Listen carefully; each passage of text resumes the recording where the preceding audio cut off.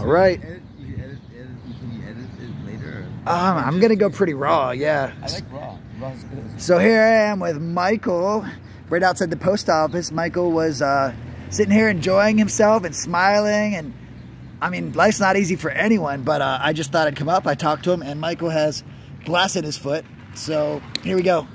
I have 91% rubbing alcohol, so I can get stains out of my shirt at work. So I am helping Doctor, a fellow awesome human being. And I haven't done an interview for a while, so let's go. What's going on, Michael? Well, we were just quoting Alcoholics Anonymous, big book, Spiritual Appendix, and the back of the book, Spiritual Appendix number 2, actually, Appendix 2. There's a quote in there we were just discussing, and one or two sentences, I believe it says, the doctor's theory behind to recover from alcoholism is, and I quote, he says, about the psychic change, and I quote, in order to recover, we must acquire an immediate and overwhelming sense of God consciousness, followed at once by a vast change in feeling and outlook, most of which happens slowly over a period of time of the educational variety. And translate that is by piecemeal, we have a series of spiritual experiences sufficient to bring about recovery. And prior to that, it says in the book, under, it says, once we've succumbed to the desire again, we resolutely turn to drink. So if you succumb to desire, then you will bow down to your flesh and indulge in trying to feel better through drink or drug or food or sex or whiskey, wine. we just said that. But it's by piecemeal we can be learners, if you will, and that through the 12-step process we can recover from a seemingly hopeless state of mind and body. This physical allergy to alcohol, the phenomenon of craving is what the doctor calls it, this theory. And it's a phenomenon, and that once we put it in our system, we want more and more and more. And some of us suffer from a disease called more. More of anything that would satisfy our self with not a capital S. And but Krishnamurti, the great Indian philosopher unrelated to alcoholism, or the big book I should say, said to be watchful. But prior to his death, I believe, to his people, he said this. But I think that what he was thinking about or discussing or conveying was to be watchful of his faulty thinking and disarming his faulty thinking by staring at it. Like the Stoics used to do, I suppose. By staring at it and disarming it. I've had discussions of Stoicism in the past few days. Dude, this is perfect. This is synchronicity. Well, it is. I suppose so. Balance is the real truth, only truth, I should say. These other things, I think, are unrelated to alcoholism and these topics. Not to get off track here, but... There's no track. This is it. Well, I don't believe that there is anything to do with anger. I think anger in itself, they say in the big book that anger is our #1 offender, resentment. Well, something about resentment, it says also, and I quote, to deal with resentment every day through the 12-step process and the 10-step would be that we avoid retaliation or argument, that we wouldn't treat sick people that way. If we do, it destroys our chance of being helpful. Obviously, it says we can't be helpful to all people, but at least we can show a kind and tolerant view to each and every one. Referring to our list again, putting out of our minds the wrongs others had done, we resolutely look for our own mistakes. Where have we been selfish, self-seeking, frightened, or afraid? This hits home, honestly. Yesterday I had someone who had come at me, and I could have handled it 25 different better ways. And I got defensive, and I demanded respect. And you can't demand respect from anyone. That's something external that you can't control. I can tell someone that I don't want them to disrespect me, but I can't even tell them not to. And my retaliation, which was even just standing there and not just diffusing the situation, my retaliation is something I'm kind of ashamed of, even though I feel I was still in the right. So your words really strike home to what's going on in my life. Shame, guilt, remorse, whatever, it's all the same. It's irrelevant. It's relevant in that yes, there's power in apology, and we should be sincere with sincerity our witness when we apologize, and then we're in the clear. Wow. So let me ask some questions. Let me think. Where did you develop so much eloquence, man? Tell me about some of your past. Like what? My father, Robert, is a real master guru, I suppose. Not really a guru, but he's on the current scene of wise men, my father. And I'm the youngest of 5 kids, and my father built one of the largest companies in the world, and through his grace, in his wisdom now, and being, I guess, a great teacher, and a lover, and my stepmother, I inherited it from them. It's innate. I'm a Course in Miracles baby. My father is a teacher of Course in Miracles, a foundation of inner peace. And you are so blessed. Some people only inherit money, and they're so poor for it. Yeah. Well, I inherited a dollar today. A dollar? Joke. No, yeah. A dollar turned to 2. A dollar turned to 2. Hey, it's not much, man, but yeah, it's more just a human gesture I wanted to build with you, and I never thought it would lead to this amazing conversation. Agreed. Well, you're bringing me back all the way home to what the rule number 1 is, which is rule number 6. Please. To remember, rule number 1 is to remember rule 6. And rule 6 is to laugh a lot and not take life too seriously. We got to get over ourselves and really just lighten up and laugh a lot and not take life too damn seriously here. You're so right there. Yeah.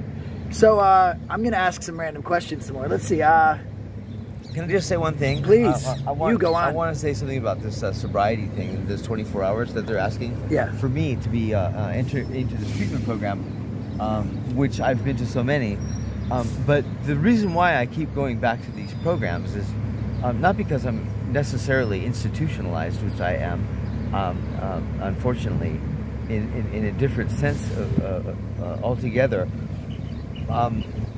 but because from my experience, through the 12-step process, this magic happens, and it's kind of like the key that fits into a door, and through that door, once you go into that door, all the windows will open into that new house, and that you can't help but life get better and better and better and better, so long as you stay stopped.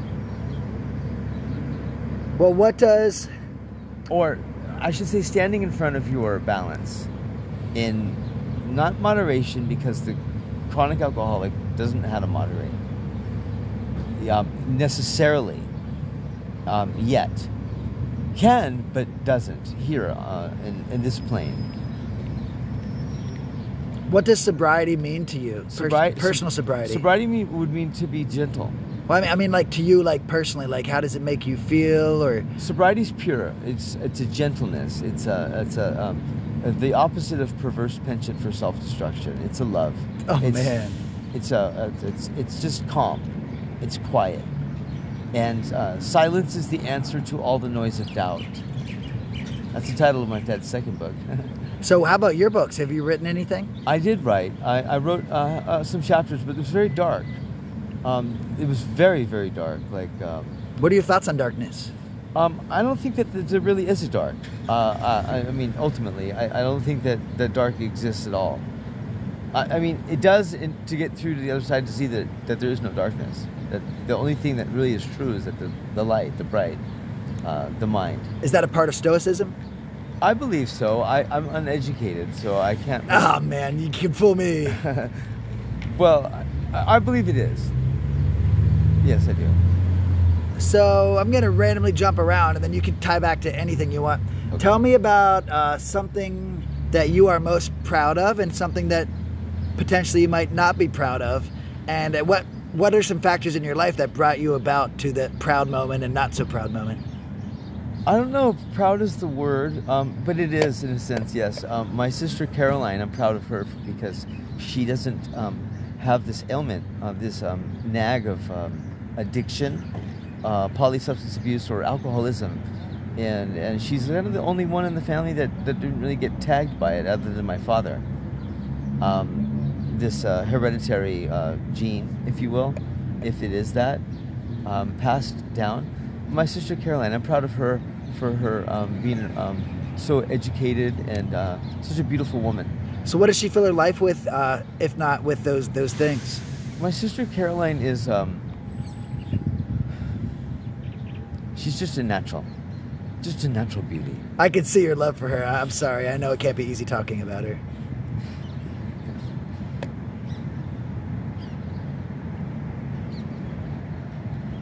Let's see. So, is she older? Is she younger than you? My sister Caroline's 4 years older. 4 years older. Oh, so she's like a good big sister, huh? Yes. Although at one point it hurts too much to be close to the alcoholic, and so people get pushed away. Families, not disintegrate, but not get assaulted or anything like that. There's no victims here, and especially in my family. The most beautiful place here is her. I love your love for your sister, and I'm not saying that's what's going on now, but I'm estranged from my brother right now, and it's not easy. My brother's been missing for 6 years, and my other brother passed away in front of me 30 years ago. Oh my gosh. How were you able to cope with so much trauma? Well, honestly, I haven't really been able to cope with it. It's been eating me up. But these are the things that I don't think are true. I don't think that this bleeding heart is actually bleeding. I just don't. I don't think that it's true that it bleeds the heart. I think it's just pure and whole. Yeah. I'm not trying to be in denial forever.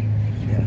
But we must pull ourselves up by our bootstraps and accept our family's wishes and honor them and give them. If you're not going to do it for yourself, certainly you can do it for them. They say you can't do it for yourself if you can't do it for anybody else. Oh wait, if you can't do it for yourself, you can't do it for anybody else. I disagree with this. Just like I disagree with the part in the big book of Alcoholics Anonymous where it says that if they wanted to hire a bodyguard to protect the guy from himself, that wouldn't be possible. I think that it's possible to hire a bodyguard. Who would the bodyguard be? You have to be your own first responder. Oh man. See, this is what people are missing. There's so many people that just, and I see it. I have a backpack. I'm on the streets right now, and even if I'm like super clean and trying to look like, for my jobs, like look like I'm not in the situation I am, people still judge me just for that backpack. And it's funny, they're cutting themselves off from this beauty and this knowledge of a shared experience. And yeah, just know that you are fully appreciated in this moment. You are too, young man. You are too. I'm impressed with you. What else can we talk about? We could talk about let's talk about the beach and the keiki and the elderly and the community here. And What's keiki? Keiki is the children children of Hawaii. Oh, cool. And that's Hawaiian, the term? Yes, it is. Well, I believe it is a Hawaiian word. So I hope it's a Hawaiian word. Why are the keiki so important to Hawaiians, to the locals, to the Polynesian? This is a good question. How about to the Irishmen here, this one? And why they're important to me? Please. Because I think that the children deserve, this is going to sound maybe a little nutty, I hope, I'm not, but that the children deserve a new curriculum. Yeah. To be written for them and transcribed. Because I think that they need to learn more about the epidemics over here that are silent in these lands. And the reason why is to help them. For betterment, self-betterment, and their academia, particularly to be kind to one another, and the silent epidemics of post-traumatic stress disorder over here on these lands. PTSD is real. Well, PTSD is maybe not real. All right. Maybe it's a simple attraction to danger, which can be real and threatening. So what brought you to Hawaii? I'm guessing that can I guess where you're from for fun? Sure. All right, let me think. It's going to be easy because it's so close. I'm guessing you're from SoCal. Born and raised in La Jolla, California. Is that SoCal? SoCal. All right. Yes. You totally have that like surfer dude look. Oh, yeah. Dude, I'd imagine you had no trouble with the ladies, nor do you still. No. Well, these days things are a little bit tough, yeah, with the ladies, but not over the last couple of days. But I have 3 ex-wives. Sorry, I don't mean to laugh. And no, I was spoiled with women as going from La Jolla. But I lived in Alaska for 10 years prior to coming over here. No way. Which part?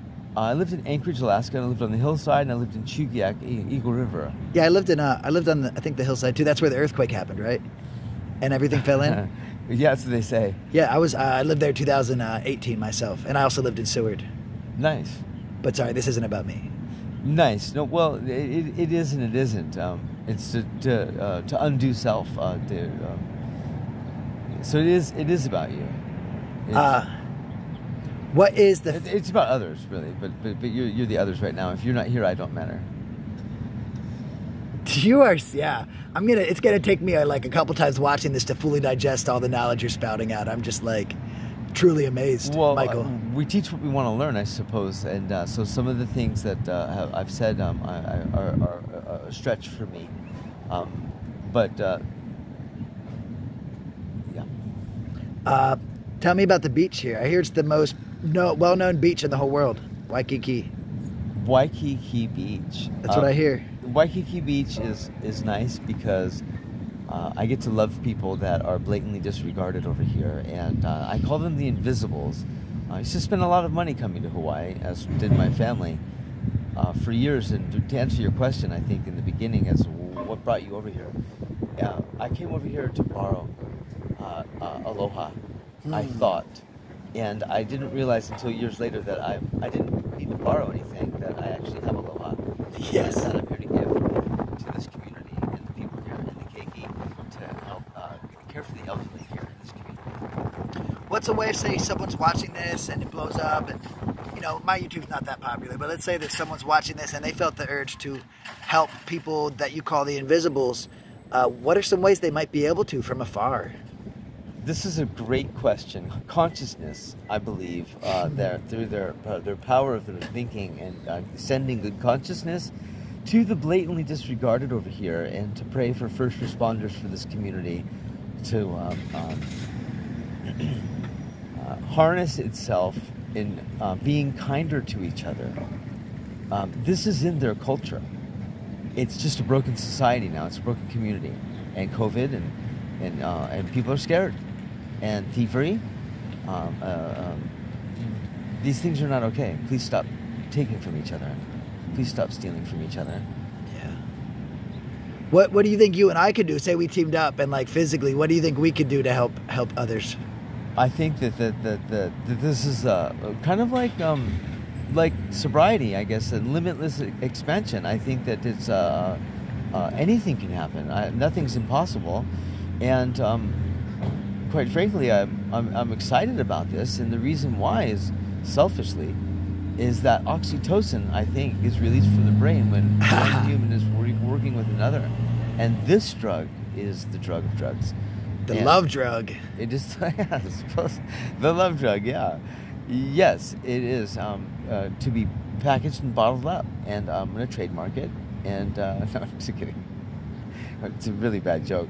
No, I'm laughing. I think that if it gets blown up, that it should be blown back down. I see. So what about the elderly? You have a passion for the elderly. What draws you to that passion? The elderly in this, Kay Janeway.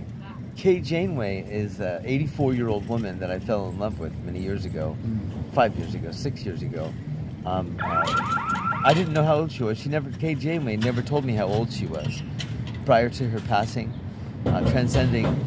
But she was such a lovely woman who took a risk in helping me when I felt like jumping in front of a bus one day after I was robbed and on the run and high on crack and just distraught, on the run from reckless abandon from self and escape from a prison program. It was all ridiculous, but to my point, the elderly here, I think, are disregarded, and I don't like the disrespect that I see. The kids, Keiki, youngsters today, young adults, don't even stand up for the elderly on the bus anymore. Not in this community. I know. Today there was a visually impaired gentleman, and my biggest regret today is he got off the bus, and he's like, "Excuse me, would someone help me?" And I'm like, "Yes, sir." And he's like, "I'm trying to get to the Long's drugstore," and it was right at the bus stop by the Walmart and the courthouse. And I said, sir, I'm getting on this bus, but let me guide you part way. And I said, excuse me. I said, is anyone else able to help guide this man to the store? And everyone just looked at me like I was an asshole. And honestly, I pointed him in the right direction, got on the bus. And man, I've been kicking myself all day, honestly. You know, this is to my point entirely. And I think that we need to do fundraisers and start to... the calculation is about 17 years in process. I think if you started to write a new curriculum now and educate the keiki and teach them how to do these things, by the time they turn to adults, 17 years old, 17 years later, they'll be standing up for the elderly. But they need to be taught these things. We can do it. We need to empower them too, instead of chastising them. Agreed wholeheartedly, and God bless the keiki. I think it can happen. I believe that big transformation is in the works. I think so too, although it's going to be through willingness of people like yourself who are willing to stand up. I get a little bit out of control sometimes. I let this thing called, titled anger get in the way, and or guilt, shame, remorse. All these things are, like we were kind of saying earlier, and what we were, kind of contemplating here, was that the most beautiful place here is like my sister is also you. You're right. I agree. And really, this penchant, perverse, albeit, is the thrill, is the addiction. Really is addiction to a low. It's it doesn't make sense, but the alcoholic in his crupes is a sad soldier, whining and like a child, and this temper tantrum of the mind is to stop. It's got to stop in order to educate the keiki, and we can't be hypocritical, right? We have to be pure, strong. What does that mean? 24 hours of sobriety and counting. I'm not going to make it. You really? You are 24 hours right now? No. Sorry, it's not my business. No, I'm saying I'm not going to make it. I'm not to be sober 24 hours to get into this program. So, I'll lie to myself in the morning, and then maybe even lie to them and go, get my things, and maybe check in, and maybe not. I'm just not quite sure. But I do know this, is that this judgment that you discussed, and the heat and the hate that you feel from others when you're helping somebody else is because of their not knowing and their guilt. And even though we don't do guilt in my family, we say goodbye to guilt a long time ago. Your family sounds amazing. Family is amazing. Yeah. My family is amazing. But what's important is that to remember this, is that even pain and suffering is also certainly isn't true.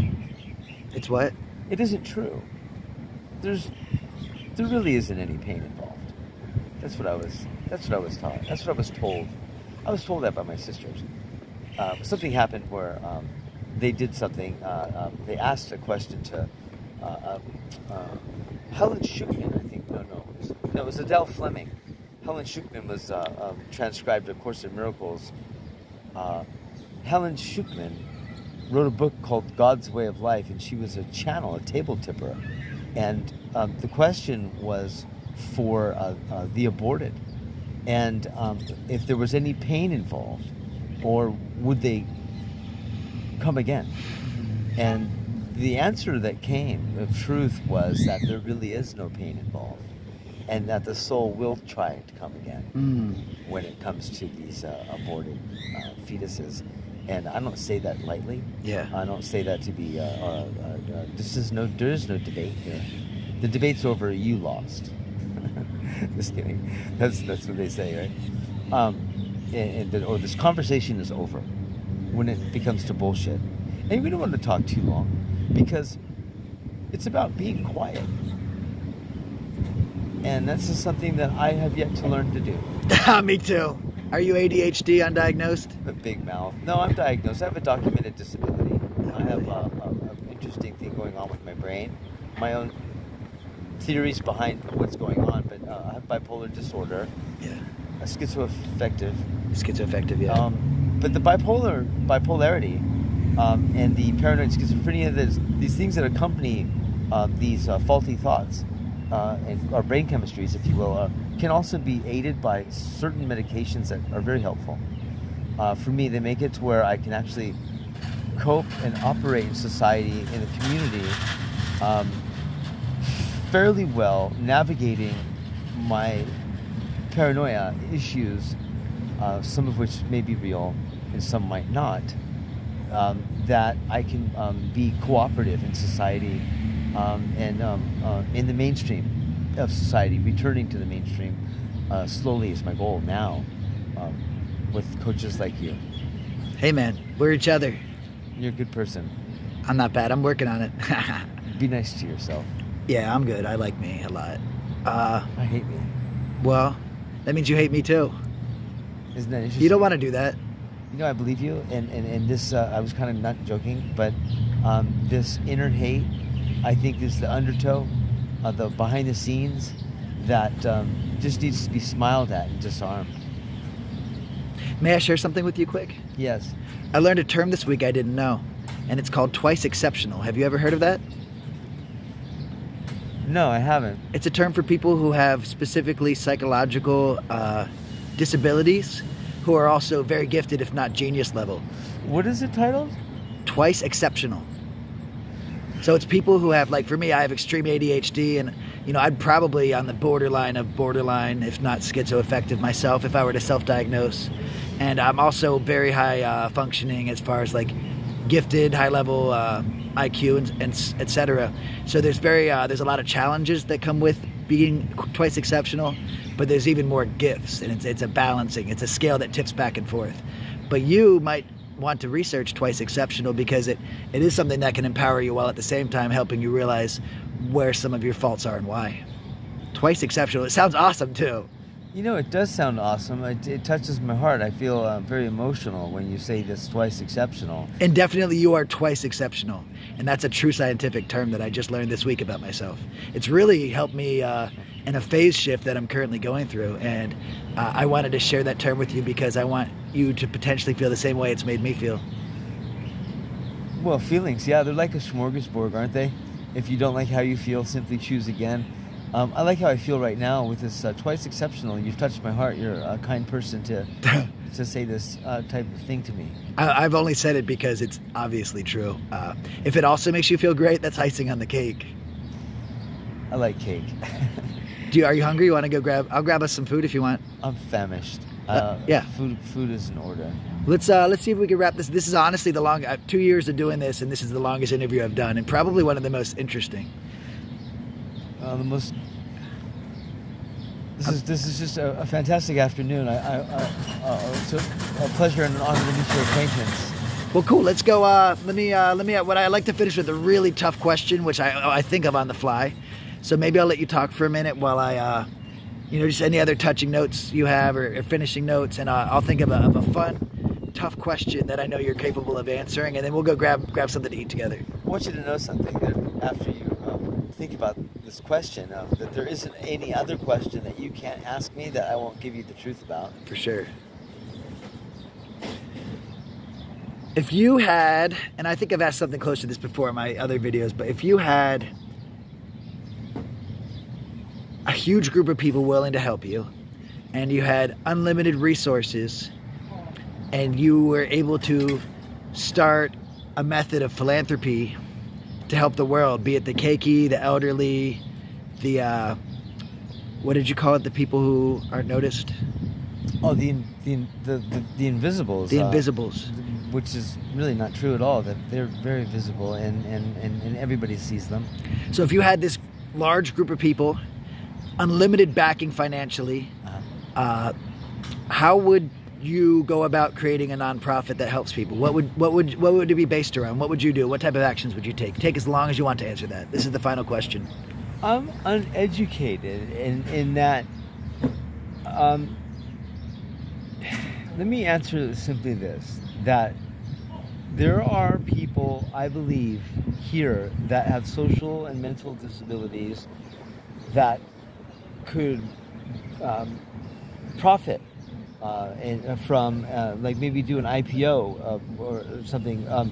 Funding sources you say are unlimited, but I think that people can make money by helping people, and they deserve that. Why here and not why is this the world now? Is that this is certainly should be a training ground. Why wouldn't it be? Look at this metropolis, the islands of Hawaii. Look at where this is going. I mean, the rail is coming. I mean, the city is blowing up. There's high rises going up everywhere. This is Trump Tower there. You can see it in the background. The Trump Tower right there, bam. But to answer your question is that to teach the people to be first responders for themselves, we must be our own first responders. Now, first responders need to be first responders to the people that are blatantly disregarded. So not everybody's a first responder. And I'm not trying to be going back on what I'm saying here, is that I would start it grassroots like I have. I have hit it hard, and I would get bicycles with water on them. Start with that. Go out. Be led into the community to the people that are in need. Be a reach. The arm that can reach cuts right through all the red tape. Be unlicensed. Stand up for the uneducated. The ones that struggle in school should be equally cared for and rewarded in their struggle to learn. That if a total sum of equal is equal, and that life is a classroom, that classroom should be everybody should be treated equal and embraced. And so it starts with water. It starts with going to these people that nobody wants to help. The local people. Yeah. This is their aina. What does that mean in Hawaiian? This is their land. Yeah. This is the United States of America. For now. But this is their land. And in that we, how do I say this? I'm getting off track with you. The question is, reiterate it again. Ask me one more time. How would I what? How would I start it? What would the purpose of it be? Purpose. And what type of infrastructure would you create? As much as you want to answer, or as little. The purpose is what was said, in that it's about writing a new curriculum for the keiki to help care for the elderly. So it's a full circle. It is a full circle. And that's the kind of, I mean, we need to have a think tank. We need to have think tanks. We are the think tank. You and I, we can start it right now. I like this. Over for real, over dinner right now. I like it a lot. I would use each other and take everything out that's positive and run with it. If the universe is constantly expanding, then limitless expansion is not ours, right? Yeah. I have no control over this thing. I just ask that to be sent as a warrior into the trenches, into the dark alleyways, and there isn't a place I can't go to. There's a place I can't get to, I should say, in my endeavor, and living this answered prayer to help people that nobody wants to help. I have some ideas I've been working on, and everything you're saying is right along board. But rather than share all this amazing things again on this video, why don't we again? Let's get some more alcohol on your feet. Let's go grab some food somewhere. We'll figure out a restaurant we can sit down and get served. And I'm blessed to have had a little bit of surplus lately, and I'd like to share it with you and maybe talk about these things. You know, this is really interesting to me, and I'm just I can't wait to eat because I'm going to get more excited. And the alcohol thing, yeah, this is maybe we can have somebody research this later as a sidebar. That the alcohol on my body is not going into my body. That I don't have a phenomenon of craving to drink this bottle. Let's get your foot up here once more. This is glass from. I'm a speed skater. No way, really? Yeah, I was gonna go after the world speed record on a skateboard. I owned a trademark called Cosmic Riders back in the day in La Jolla, California. Usually people get mad when you squirt liquids on them. Let me get your other foot too, please. So speed skater, La Jolla, California, and I kind of talked over you. I'm sorry. Oh no, that's okay. I beg your pardon, as well. Yeah, I'm one of the fastest men on the planet. No way, cool. Yeah, the only reason why I would do it is not for my ego anymore, but for a fundraiser for the keiki. I'll tell you what, there isn't a person on planet Earth I wouldn't race down the hills of Hawaii on a longboard. Well, I can't wait to, we're going to take notes. I'm serious. I'm not just talking words. This isn't just to seem cool and seem open, and this has nothing to do with how I'm trying to seem to people. This has to do with us having the potential to create ripples that can change the world, because at the end of the day, everything we do, every action we take, every thought we have, even without sharing, does change the world. We are the change. Which direction do we want it to go? Invest in others. Invest. And shave ice. Buy shave ice for the kids. Just fundraise everything. Attach everything, attach 25% of everything that you do to everything that you buy. Something, meaning this is that there's a force, an energy that's going in this direction, and so you may as well start crossing your T's and dotting your I's and getting paid by helping other people develop the company. I mean, entrepreneurial attitudes are here now, right here. For sure, yeah, because as easily as we can start a nonprofit, we can also start something where we actually can make money too, separately. Nonprofit, for profit. It's about helping these people learn to do what I did not, which is save your money.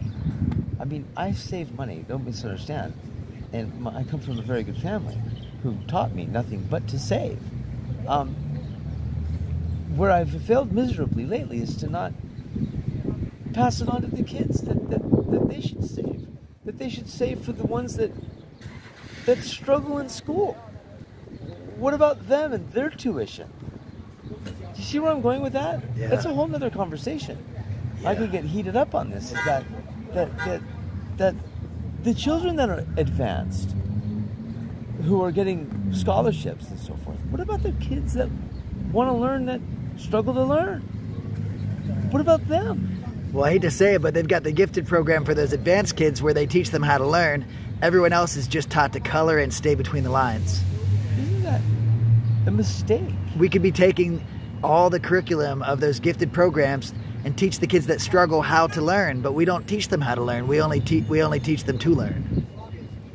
And that's part of the problem, if you ask me. And it's to me, it's something that's a part of social engineering, because they're not trying to get those other kids to work for the federal government. But if you ask me, the gifted program is just a grooming grounds for federal agents in the future. Maybe, maybe not. I don't know. I would be careful here. All right. I would be very careful, and I'll tell you why. We respect this agencies wholeheartedly, and they are the best. We are the best. We have to be the best. Somebody has to be the best. Now, the best of the best, that's who you are. You're the best of the best, and that's who they are. Everybody's the best of the best. You're so right. In other words, everybody's innocent. You know, I'm excited to continue this conversation without any pressure of a camera. So I just thought I'd ask if you have any final words you'd like to share. Sure, why not? Words of encouragement, words of advice, whatever you want to say. What comes to my mind is my paranoia and delusions that I suffer from. I don't have any of that going on with this camera, and which is very interesting. The entire time that it rolled. When other times the telephone devices actually trigger my mental illness. And that's very flattering, actually. It didn't at all. It didn't. Your device does. It hasn't struck me at all. It is very powerful. Now, this is because it's for the betterment of humanity. It truly is. To better humanity. Yeah. We're trying to better things here. Now, we kind of sugar-coated some stuff here. There's some real stuff that we could be, so let's honor your request, and let's nourish the bodies with some food. Oh, I'm so excited. This is my first night I've had off in forever, and honestly, I don't have any like real people here that I can spend time with. So let's go nourish our bodies and spend some time together. Thank you for your time. Yeah, brother, let's do this. I'm so excited. Oh, goodness. Yeah. So basically, he offered me some weed because I offered him a couple bucks for fun, and out of, you know, just because I lived off of panhandling for 2 years, and I turned it down. It wasn't easy. You know me, I'm a big fucking stoner, and I shouldn't have sworn after such a great wholesome interview, but it's so cool because just that small act of turning that down has led to all of this, and I feel truly blessed because now I have a new friend here in Waikiki, and who knows what we can do together. Who knows what type of change we can make, even just through the power of our own personal awareness. So with that, let's go grab dinner.